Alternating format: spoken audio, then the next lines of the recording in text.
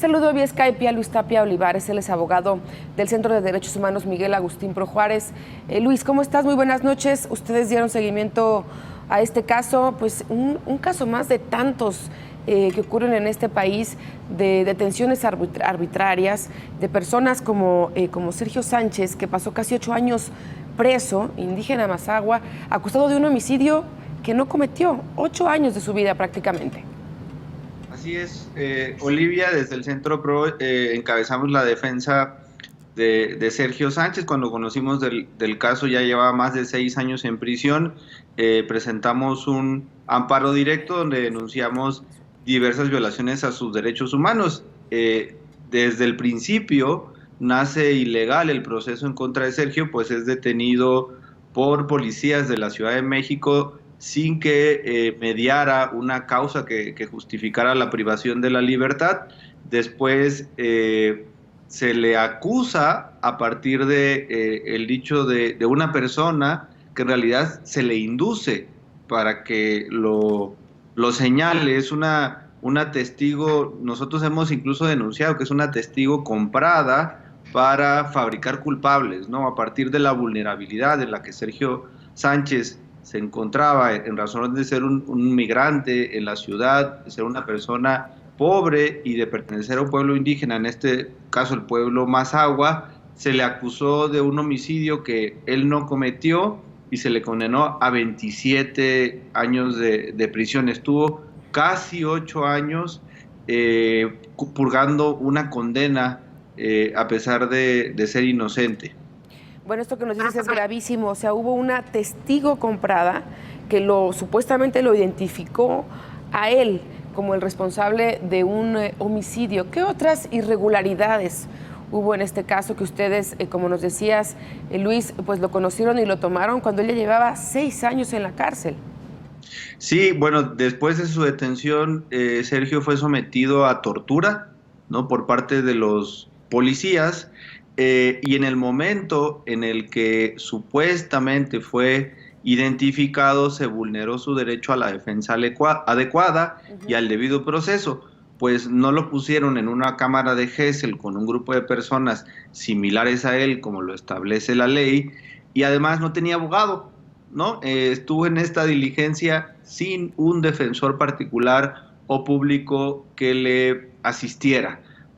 Alegamos estas violaciones a derechos humanos, establecimos en nuestra demanda que con el dicho de una persona se estaba condenando a Sergio Sánchez por el homicidio, pero además el dicho inducido claramente en un contexto de violaciones a los derechos humanos. Es inaceptable que a partir del cambio de paradigma, ¿no?, en los derechos humanos en México se sigan presentando este tipo de casos y que no todas las personas puedan tener acceso a una defensa jurídica. Para nosotros es muy importante destacar lo que dijo ayer el tribunal colegiado, el 9º tribunal colegiado que lo liberó, porque procedió a excluir la prueba considerando que se habían violado los derechos humanos a la presunción de inocencia y a la libertad personal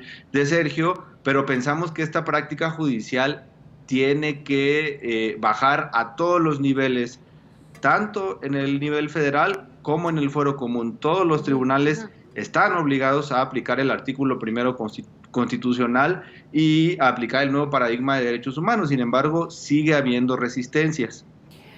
Sí, él sale libre después de este fallo del tribunal colegiado que tú mencionas. Platícanos un poco, Luis, sobre el camino que llevó la defensa de Sergio Sánchez, porque no fue tampoco nada fácil ni rápido pues lograr que fuera liberado. De acuerdo, presentamos un amparo directo que fue resuelto por el 9º colegiado en una primera ocasión.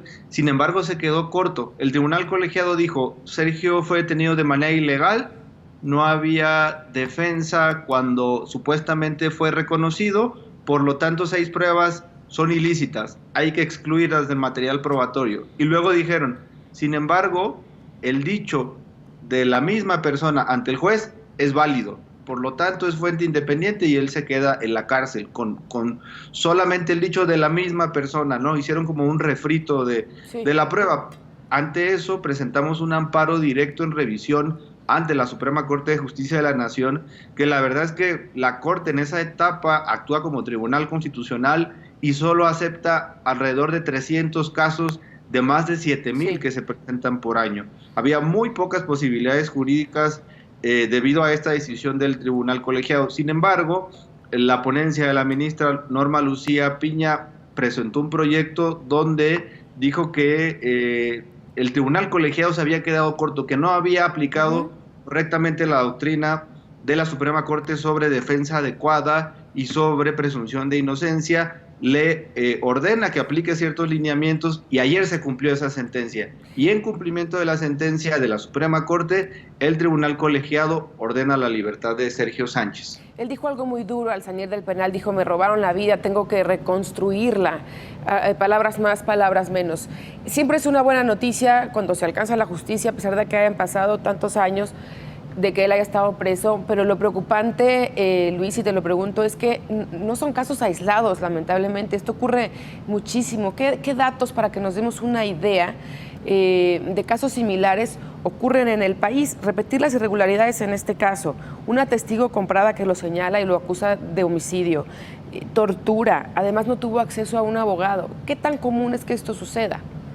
Sí, desafortunadamente es una práctica recurrente en nuestro sistema de justicia. Nosotros decimos que tiene fallas estructurales que pasan, por ejemplo, sabiendo que hay más de 9,000 personas indígenas en prisión, cuando el porcentaje mayor de estas 9,000 personas indígenas no tienen una sentencia. Hablando de patrones sobre estos casos, la tortura sigue siendo un lastre en el sistema de justicia penal mexicano. Ya el relator contra la tortura de las Naciones Unidas estableció que hay una práctica generalizada de uso de la tortura en México, y aún tenemos que seguir debatiendo que ninguna prueba que es obtenida por tortura puede ser utilizada. Pero no solo eso, también las que están relacionadas con la tortura, pero es una lucha que tenemos que seguir dando. Y el caso de Sergio es el ejemplo de que este problema está vigente y tiene que seguir siendo atacado.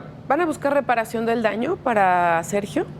Quisiéramos preguntarle, ¿no? En realidad, como Centro de Derechos Humanos, preguntamos, que acompañamos cuál es su decisión. Es un derecho que él tiene, ¿no? Es un derecho que él tiene efectivamente, y a partir de la consulta y del trabajo que hagamos con él, le vamos a preguntar si él quiere una reparación del daño. Lo que sí nos dijo es que quiere justicia por lo que le hicieron los policías. Luis, muchas gracias por esta comunicación. Estaremos al pendiente de lo que vaya ocurriendo con este caso. Buenas noches. Gracias por el interés. Buenas noches. Un saludo a todos. Gracias, buenas noches. Y bueno, sobre el caso